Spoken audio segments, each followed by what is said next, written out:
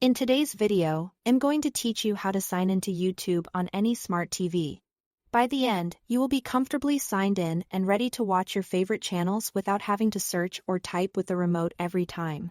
First, grab your TV remote and open the YouTube app on your TV. You will usually find it on the home screen or in the apps section.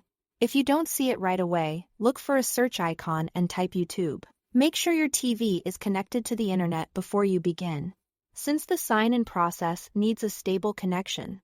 Once the YouTube app opens, look for the option that says Get Started or Sign In.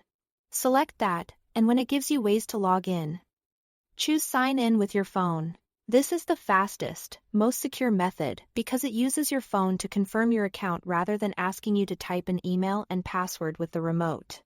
You'll now see a QR code on your TV screen. Pick up your smartphone and open the camera app. Point it steadily at the QR code so the entire square is visible on your screen. Most modern phones automatically recognize the code and show a link at the top or bottom of the camera view.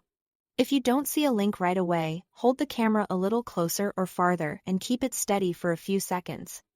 When the link appears, tap it to continue. Follow the prompts on your phone to complete the sign-in. You will typically be asked to confirm the Google account that's currently signed in on your phone. If you use more than one account, choose the one you want for YouTube on this TV. You may be asked to confirm your identity, unlock your phone, or approve a sign-in. Just follow the on-screen instructions and in a moment or two, your TV will refresh and show that you are signed in. You will know it worked when you see your subscriptions, recommendations, and library right on the TV.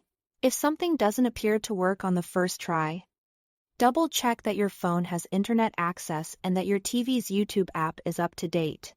You can also close the camera and try scanning the code again. Most issues are solved by a quick retry. That's it. Thanks for watching.